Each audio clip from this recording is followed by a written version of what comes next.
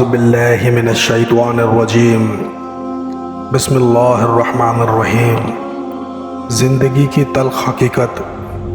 آپ کو کیا لگتا ہے کہ آپ کے مرنے کے بعد آپ کے رشتہ دار، آپ کے دوست، آپ کی اولاد، آپ کے بہن بھائی قرآن پڑھ پڑھ کر آپ کو بخشوا لیں گے؟ یہ اولادیں آپ کے لیے قرآن پڑھیں گی جو آج آپ کے کہنے پر نماز نہیں پڑھتی؟ یہ رشتہ دار آپ کے لیے دعا کریں گے جن سے آپ کی لڑائیاں ہی ختم نہیں ہوتی؟ یہ دوست آپ کے لیے فاتحہ پڑھیں گے جو آج دین پہ آنے کی وجہ سے آپ کا مذاق اڑاتے ہیں؟ یہ بہن بھائی آپ کے لیے صدقہ خیرات کریں گے جو عید کے عید ملتے ہیں؟ اے غافل بھولے انسان، خلوص کے زمانے گزر گئے، قیامت قریب ہے، یہ افراتفری کا دور ہے، یہاں لوگ زندہ کو بھولے بیٹھے ہیں، مرنے کے بعد تجھے کون یاد رکھے گا؟ اپنی آخرت کی فکر خود کریں، اپنے لیے قرآن خود پڑھیں، یہی عقل مندی ہے، اور اپنے ہاتھ سے صدقہ خیرات کر کے رخصت ہو۔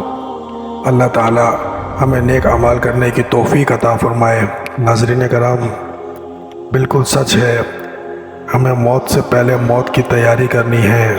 جو اعمال ہم نے کیے وہی ہمارے ساتھ جائیں گے۔ اب ہمارے پیچھے کون ہمارے لیے بخشوائے اس کا کیا پتہ؟ آج زندہ کو کوئی نہیں پوچھتا تو کل مردہ کو کون پوچھے گا؟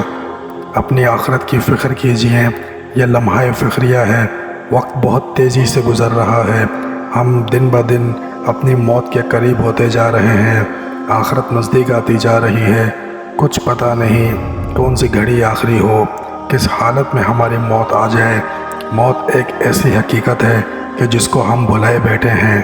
ناظرین کرام، اگر میسیج اچھا لگے تو زیادہ سے زیادہ شیئر کریں، ہو سکتا ہے آپ کے ایک شیئر کرنے سے کسی کی زندگی بدل جائے، میری اور آپ کی آخرت سنور جائے۔